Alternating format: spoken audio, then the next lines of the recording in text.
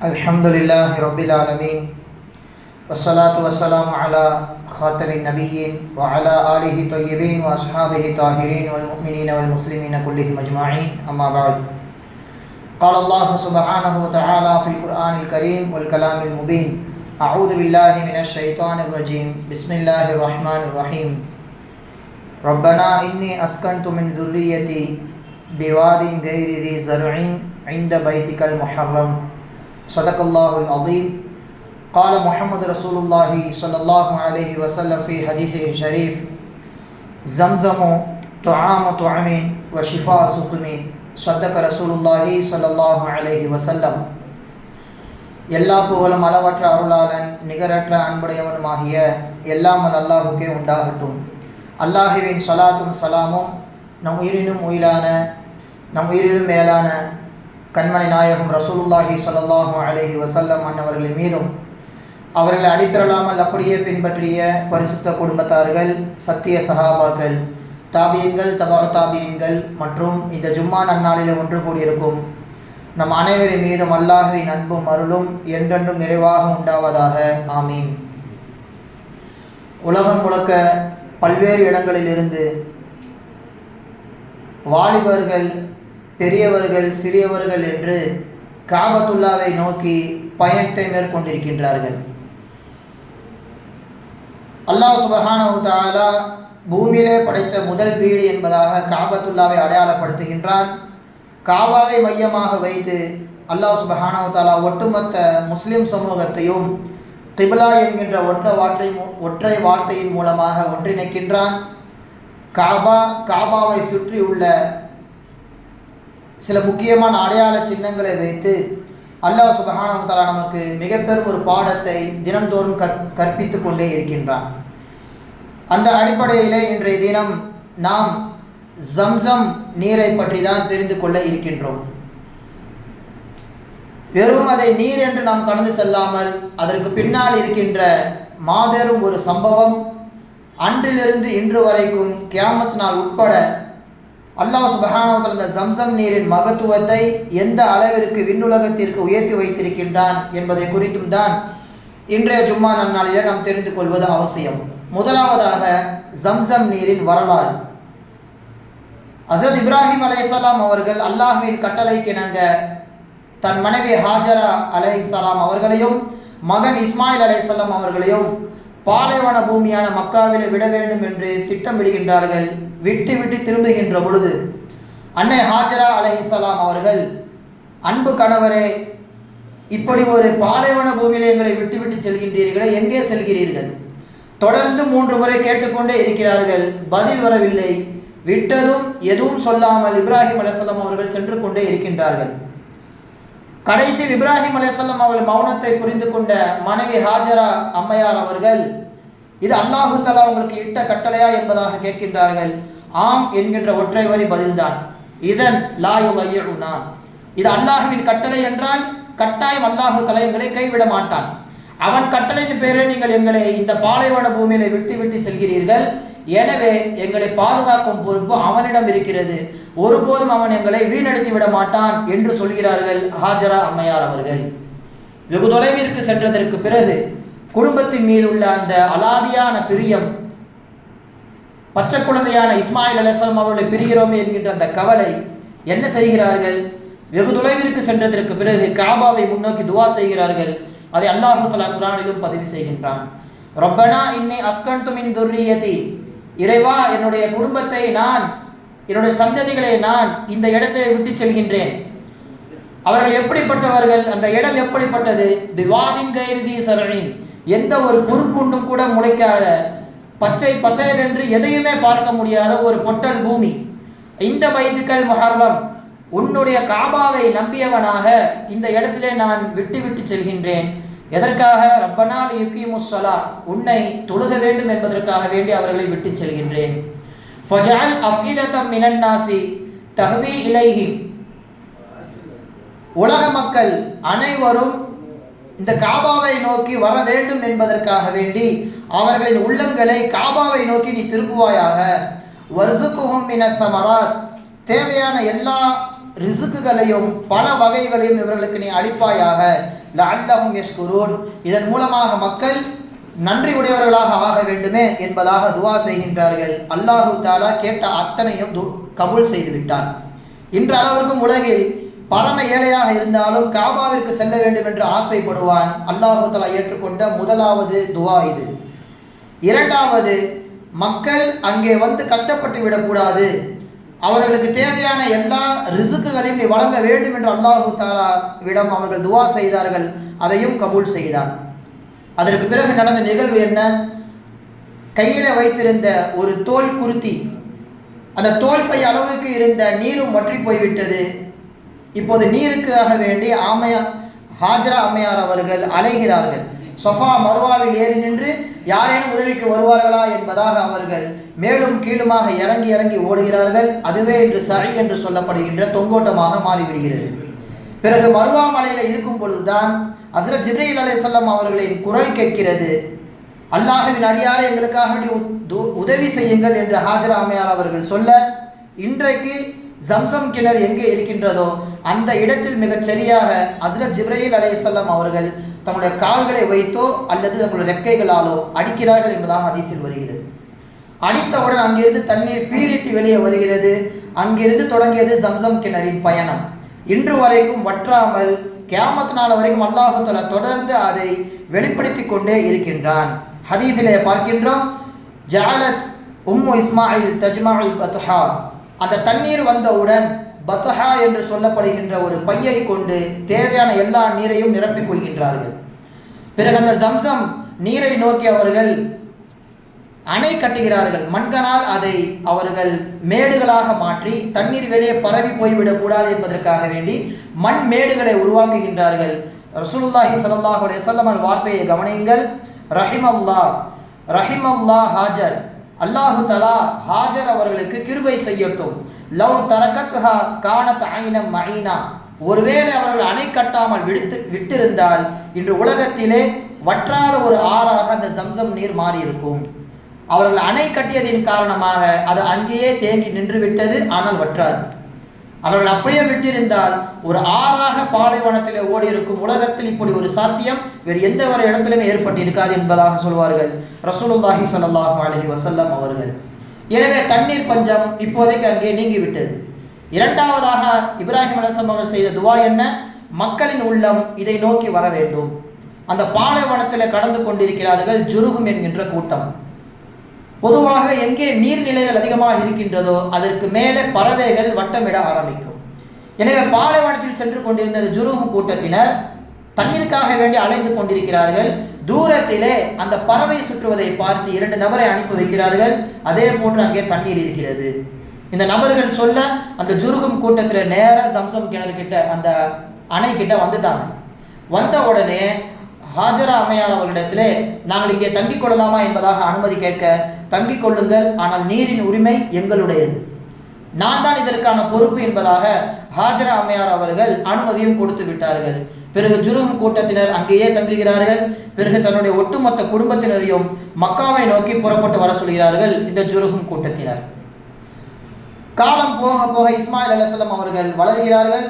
வளர்ந்தவுடன் ஜுருகும் கூட்டத்திலிருந்தே அவர்களுக்கு அரபு மொழி, சுத்தமான அரபு மொழி அவர்களுக்கு கற்றுக் கொடுக்கப்படுகிறது. ஒரு பெண்ணையும் திருமணம் முடிக்கின்றார்கள். மக்காவின் பொறுப்பு ஹஸ்ரத் இஸ்மாயில் அலைஹிஸ்ஸலாம் அவரிடத்தில் வருகிறது. அவர்கள் மக்காவை ஆள, பிறகு அவருடைய பிள்ளைகள் மக்காவை ஆள, பிறகு பெண் கொடுத்தார்களே அந்த ஜுருகும் கூட்டத்தினர், அவர்கள் மக்காவை ஆண்டு கொண்டிருக்கிறார்கள். இஸ்மாயில் அலைஹிஸ்ஸலாம் அவர்கள் வஃபாத்தாக பிள்ளைகள் அந்த ஆட்சி பொறுப்பை கையிலே எடுக்கிறார்கள். அவர்களும் வஃபாத்தாக மாமனார் குடும்பம் ஜுருகும் கூட்டத்தினர் அந்த மக்காவை ஆட்சி செய்கின்றார்கள். காலப்போக்கிலே உலகத்தின் மீது உள்ள அந்த இன்பத்தின் காரணமாக ஜுருகும் கூட்டத்தினர் யார் யாரெல்லாம் மக்காவை நோக்கி வருகின்றார்களோ அவரிடத்திலே கொள்ளையடிக்க ஆரம்பித்தார்கள், வழிப்பறி செய்ய ஆரம்பித்தார்கள். எனவே தண்ணீரை நோக்கி வந்த இன்னும் ஒரு கூட்டம், அதுதான் ஹுஸா என்பதாக சொல்லப்படும்.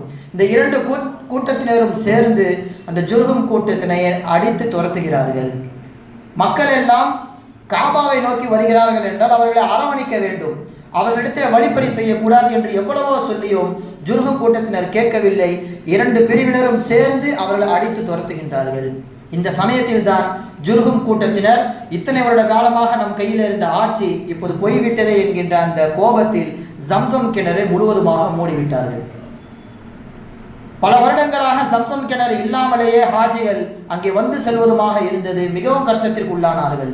இந்த சமயத்தில் தான் அப்துல் முத்தலிப் அவர்களுக்கு கனவில காட்டப்படுகிறது, நீங்கள் ஒரு ஜம்சம் கிணறை தோண்ட வேண்டும். அது இருக்கின்ற இடத்தை அல்லாஹ் சுப்ஹானஹு வ தஆலா கனவில் சொல்லவில்லை. தொடர்ந்து அவர்கள் 4வது நாளாக தூங்கிக் கொண்டிருக்கின்ற பொழுது அவர்களுக்கு கனவில அடையாளம் சொல்லப்படுகின்றது. ஜம்சம் கிணறு எங்கே இருக்கிறது? கனவில காட்டப்பட்ட முதலாவது அடையாளம், இரத்தத்திற்கும் சாணத்திற்கும் நடுவிலே அந்த ஜம்சம் கிணறு ஒளிந்திருக்கிறது என்பதாக முதலாவது அடையாளம். இரண்டாவது, அந்த இடத்திலே எறும்பு புற்று ஒன்று இருக்கும். மூன்றாவது, அந்த இடத்திலே அண்டங்காக்கை கொத்தி கொண்டிருக்கும். இப்படி 3 அடையாளங்களை அல்லாஹ் சுப்ஹானஹு வ தஆலா அப்துல் முத்தலிப் அவருடைய கனவிலே காண்பிக்கின்றான். அடுத்த நாள் காலையிலே அந்த காபாவிற்கு முன்னிலையில் அப்துல் முத்தலிப் அவர்கள் அமர்ந்து கொண்டிருக்கிறார்கள். சொல்லி வரித்தால் போல் காபாவிலே பலிப்பிராணிகளை அறுப்பதற்காக வேண்டி ஒரு மாட்டை இழுத்து கொண்டு ஒரு கூட்டம் வருகிறது. மாட்டை அறுக்கிறார்கள். அந்த வழியில் துள்ளி குதித்து கொண்டு அந்த மாடு இரத்தம் சொட்ட சொட்ட வெகு தொலைவில் போய் விழுகிறது.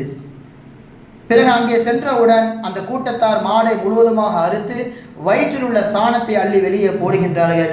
இதனை கண்ட அப்துல் முத்தலிப் அவர்கள் கொஞ்சம் வருத்தப்படுகிறார்கள்.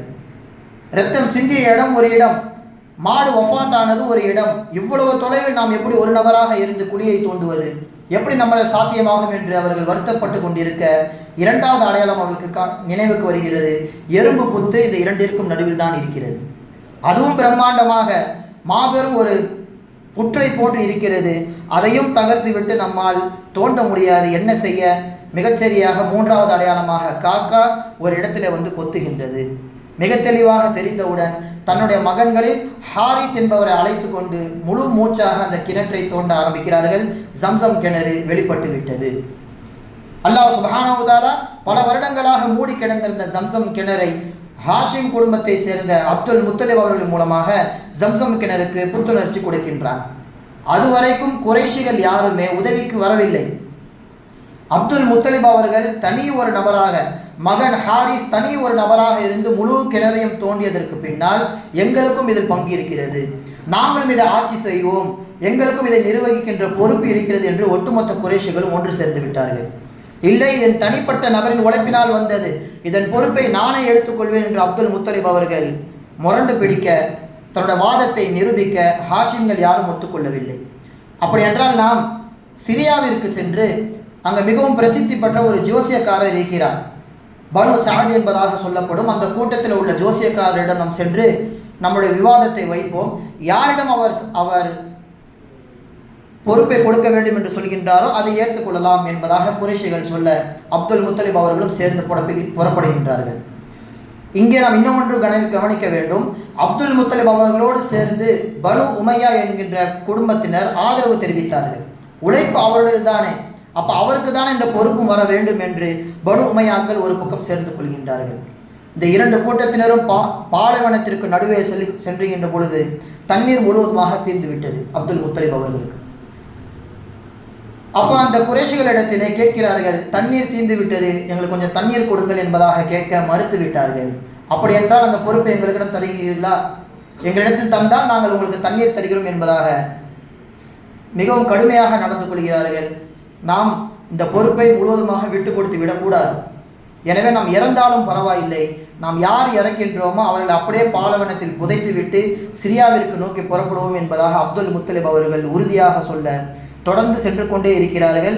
மிகச்சரியாக அப்துல் முத்தலிப் அவர்கள் நிற்க வைத்திருந்த அந்த ஒட்டகத்திற்கு கீழே ஒரு ஊற்று பெருக்கெடுத்து ஓடுகிறது. பாலைவனத்திலே ஊற்று. சில வரலாற்று ஆசிரியர்கள் மழை பெய்தது என்பதாகவும் பதிவு செய்கின்றார்கள். எனவே அந்த இடத்துல ஊற்று வரும் பொழுது ஒட்டுமொத்த குறைஷிகளும் புரிந்து கொள்கிறார்கள், அல்லாஹு தாலா அப்துல் முத்தலிப் அவர்களுக்கு மிகச் சரியாக மிக சிறந்த ஒரு வாய்ப்பை ஏற்படுத்தி தந்திருக்கின்றான்.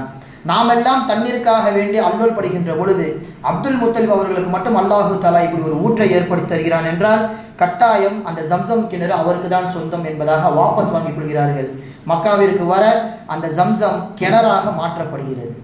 அன்றிலிருந்து இன்று வரைக்கும் அப்துல் முத்தலிப் அவர்கள் குடும்பத்தினரே முழு பொறுப்பாக ஜம்சம் கிணறை எடுத்து நடத்துகின்றார்கள். ஹஜ்ஜத்துல் வதாவிலே ஹிஜ்ரி 10ஆம் ஆண்டு ரசூலுல்லாஹி ஸல்லல்லாஹு அலைஹி வஸல்லம் அவர்கள் ஜம்சம் கிணறுக்கு வந்து சொல்லுவார்கள், அப்துல் முத்தலிப் குடும்பத்தினரே வேகமாக தண்ணீரை இறையுங்கள், பொறுப்பு உங்களிடம் இருக்கின்றது, வேகமாக இறையுங்கள், உங்களை விட சக்தி வாய்ந்தவர்கள் எத்தனையோ பேர் உலகத்தில் இருக்கிறார்கள், அவர்களெல்லாம் இந்த பொறுப்பை தட்டி பறித்து விட்டு போய்விடக்கூடாது, எனவே முழு மூச்சாக நீங்கள் இறையுங்கள், உங்களுக்கு நான் உதவி செய்கிறேன் என்பதாக சொல்வார்கள் ரசூலுல்லாஹி ஸல்லல்லாஹு அலைஹி வஸல்லம் அவர்கள். அன்றிலிருந்து இன்று வரைக்கும் அல்லாஹ் சுப்ஹானஹு வ தஆலா அந்த ஜம்சம் கிணறிலே கொஞ்சம் கூட குறைவை ஏற்படுத்தவே இல்லை. இன்றைய தினங்களிலே டெக்னாலஜிகள் வளர்ந்ததற்கு பிறகு எந்த அளவிற்கு அதிலிருந்து தண்ணீர் எடுக்கப்படுகின்றது, ஒரு செகண்ட், ஒரு வினாடிக்கு 8000 லிட்டர் தண்ணீர் அதிலிருந்து எடுக்கப்படுகிறது. ஒரு நாளைக்கு நாம் கணக்கு பண்ணவே ஆனால் 697.2 மில்லியன் லிட்டர் ஹாஜிகளுக்காக வேண்டி வழங்கப்படுகின்றது. ஒரு வருடம் நாம் எடுக்க வேண்டிய தண்ணீரை ஒரு நாளைக்கு எடுத்தாலும் சிறிது கூட குறைவு இல்லாமல் அல்லாஹு தஆலா அதை நிறைவாகவே வைத்திருக்கின்றான். அதனால்தான் கடந்த நூற்றாண்டிலே 19வது நூற்றாண்டிலே ஐரோப்பியர்கள் ஒரு வதந்தியை கிளப்பி விட்டார்கள், அதிலே கழிவு நீர் கலக்கின்றது, எனவே அதை சுத்தப்படுத்த வேண்டும் என்று 15 நாட்கள் ராட்சத பம்புகளை வைத்து தண்ணீரை அவர்கள் வெளியேற்ற சிறிதும் கூட குறையாமல், இன்னும் சொல்ல போனால் ஒரு அங்குலம் அதிகமாகத்தான் ஆனது என்பதை நாம் வரலாற்றிலே பார்க்கின்றோம். அந்த அளவிற்கு அல்லாஹ் சுப்ஹானஹு வ தஆலா ஜம்சம் நீரிலே மாபெரும் ஒரு மாற்றத்தை, மாபெரும் ஒரு முஅஜிஸாக்களை அல்லாஹு தஆலா ஏற்படுத்தி வைத்திருக்கின்றான்.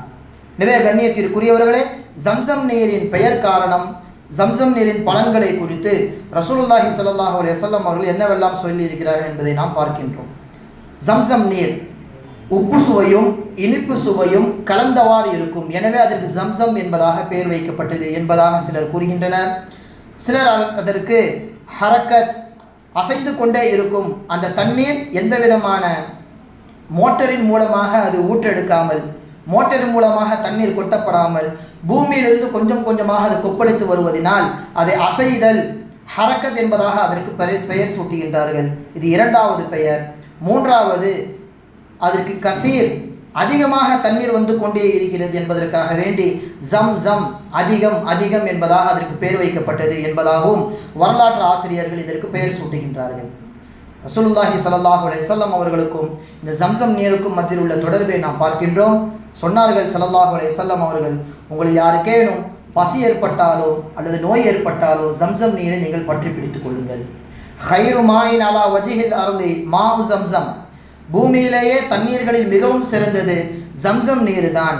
ஃபீஹி துஆமு துஅமின், அதிலே அந்த தண்ணீர் உணவுக்கு உணவாகவும் இருக்கும்.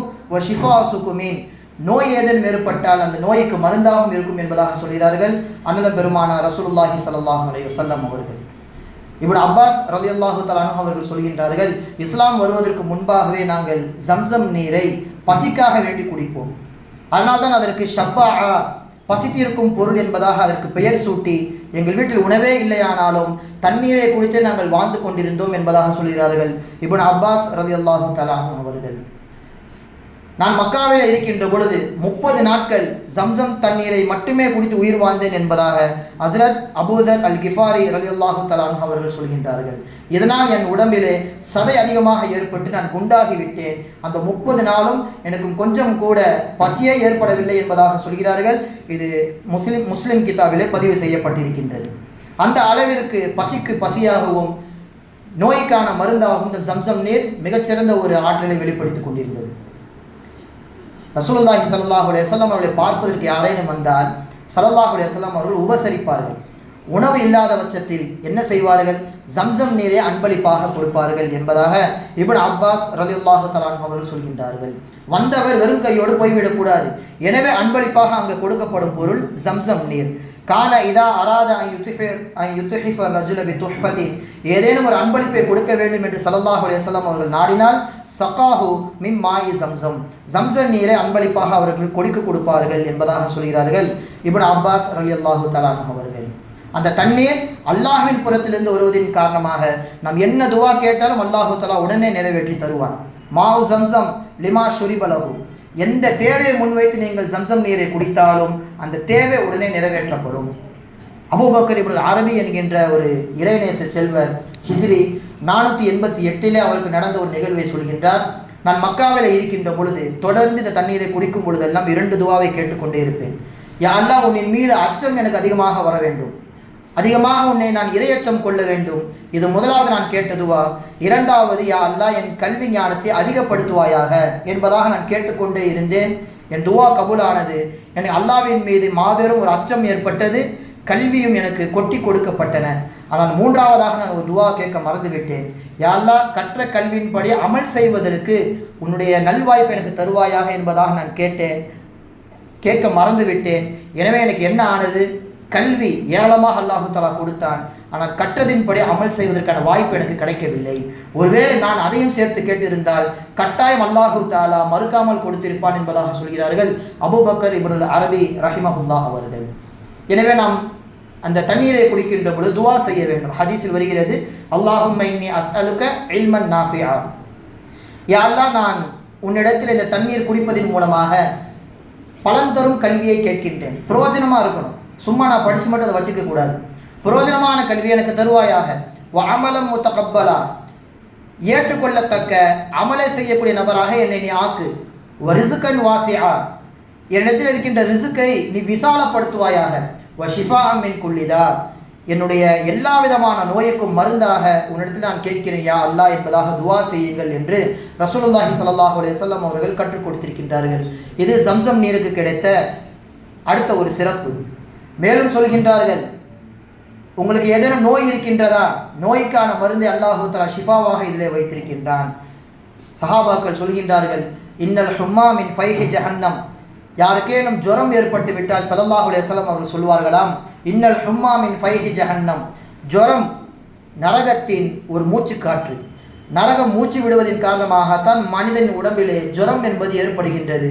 ஃபஅப்ரிதுஹா பில் மாஇ ஜம்சம், அந்த ஜுரத்தை நீக்குவதற்கு ஜம்சம் தண்ணீரை கொண்டு நீங்கள் குளிர்ச்சிப்படுத்துங்கள் என்று சொல்லிவிட்டு அந்த நோயாளியின் தலையிலே ஸல்லல்லாஹு அலைஹி வஸல்லம் அவர்கள் ஜம்சம் நீரை ஊற்றினார்கள் என்பதாக சஹாபா பெருமக்கள் சொல்லி காண்பிக்கிறார்கள். லஹாக் ரஹிமஹுல்லாஹ் சொல்கிறார்கள், எனக்கு தலைவலி ஏற்படும் பொழுதெல்லாம் நான் இந்த ஜம்சம் நீரை குடிப்பேன், தலைவலி முற்றிலுமாக நீங்கிவிடும் என்பதாக சொல்கிறார்கள் லஹாக் ரஹிமஹுல்லாஹ். அந்த தண்ணீரை பொறுத்த வரைக்கும் பார்த்தால் அது நிலத்திலிருந்தான் வருகின்றது, நாம் இங்கே போர் போடுகின்ற பொழுது வருகின்றது. அந்த தண்ணீரை போன்று கிடையாது, முழுக்க முழுக்க மருத்துவ குணம் நிறைந்த ஒரு தண்ணீர். 1971 மேலே சொன்னதை போன்று ஐரோப்பிய மருத்துவர்கள் ஒரு சர்ச்சையை கிளப்பினார்கள். மக்காவிலே உள்ள வீட்டில் இருக்கின்ற கழிவுநீர் இந்த பள்ளத்தாக்கில் தான் போய் விழுகின்றது, எனவே தான் தண்ணீர் நிற்காமல் வந்து கொண்டே இருக்கின்றது, அதை யாரும் பயன்படுத்தக்கூடாது என்பதாக ஒரு சர்ச்சையை கிளப்புகின்றார்கள். அப்போது அந்த 1971 ஆண்ட மன்னர் யார்? ஃபைசல். அவர் என்ன சொன்னார்? உங்களுக்கு திராணி இருந்தால், தெம்பு இருந்தால் உங்கள் வாதத்தை நிரூபித்து காண்பீங்கள், நான் உங்களுக்கு 15 நாட்கள் நேரம் தருகின்றேன். உங்களால் முடிந்தால் அந்த தண்ணீரிலே கொஞ்சமாவது அசுத்தம் கலந்திருக்கிறது என்பதை நீங்கள் நிரூபித்து காண்பீங்கள் என்பதாக சவால் விடுகின்றார். அதே போன்று அவர்கள் 15 நாட்களாக வந்து தண்ணீரை முழுமையாக அவர்கள் வெளியேற்ற நினைக்கும் பொழுதெல்லாம் தண்ணீர் முழுக்க முழுக்க குறையாமல் அப்படியே இருக்கின்றது. அந்த தண்ணீரை எடுத்துக்கொண்டு அவர்கள் ஆராய்ச்சி செய்கின்ற பொழுது தோல்வி ஒப்புக்கொள்கின்றார்கள். இதிலே முழுக்க முழுக்க மருத்துவ குணம் மட்டுமே இருக்கிறது. குறிப்பாக 2 விஷயத்தை அவர்கள் மேற்கோள் காட்டினார்கள். இதிலே கால்சியம் என்று சொல்லப்படுகின்ற சத்து இருக்கிறது. இதை யாரெல்லாம் குடிக்கின்றார்களோ அவர்களுக்கு களைப்பு முழுமையாக நீங்கிவிடும். காபத்துல்லா மதீனா முழுக்க முழுக்க பார்த்தால் அது ஒரு பாலைவன பூமி. கொஞ்ச தூரத்தில் நடந்தாலே வெயிலின் தாக்கத்தினால் களைப்பு ஏற்படும். எனவே ஜம்சம் நீர் அந்த களைப்பை நீக்குவதற்கு கால்சியம் என்கின்ற அந்த சத்தை தன்னுள்ளே வைத்திருக்கிறது என்பதாக அந்த ஆராய்ச்சியாளர்கள் சொல்கின்றார்கள். இரண்டாவது மெக்னீசியம் என்று சொல்லப்படுகின்ற தண்ணீரில் கிருமியை கொஞ்சம் கூட அண்ட விடாமல் தடுத்து கொள்ளக்கூடிய ஒரு சக்தியும் அந்த தண்ணீரில் இருப்பதை நாங்கள் ஒப்புக்கொள்கின்றோம். எனவே நான் சொன்ன அந்த கருத்தை வாபஸ் வாங்கிறேன் என்பதாக ஐரோப்பிய மருத்துவர்கள் முழுவதுமாக பின்வாங்கிவிட்டார்கள். இந்த அளவிற்கு அல்லாஹ் சுப்ஹானஹு வ தஆலா இஸ்லாமிய சமூகத்தில் இருந்து இஸ்லாத்தை விளங்கிக் கொள்ள வேண்டும் என்பதற்காக வேண்டி உலகிலேயே அவன் தரிபடித்து வைத்திய மாபெரும் ஒரு அற்புதம்தான் இந்த ஜம்சம் கிணறு. எல்லாம் அல்லாஹ் சுப்ஹானஹு வ தஆலா மக்கா மதினாவை தரிசிக்கக்கூடிய பாக்கியத்தை தருவானாக. ஜம்சம் நீரின் மூலமாக நாம் என்னென்ன தேவைகள் எல்லாம் முன்வைத்து கேட்கிறோமோ அது முழுமையாக அல்லாஹு தஆலா அங்கீகரித்துக் கொள்வானாக. வ ஆகிரு தஅவானா அல்ஹம்துலில்லாஹி ரப்பில் ஆலமீன். அஸ்ஸலாமு அலைக்கும் வரஹ்மத்துல்லாஹி வபரகாத்துஹு.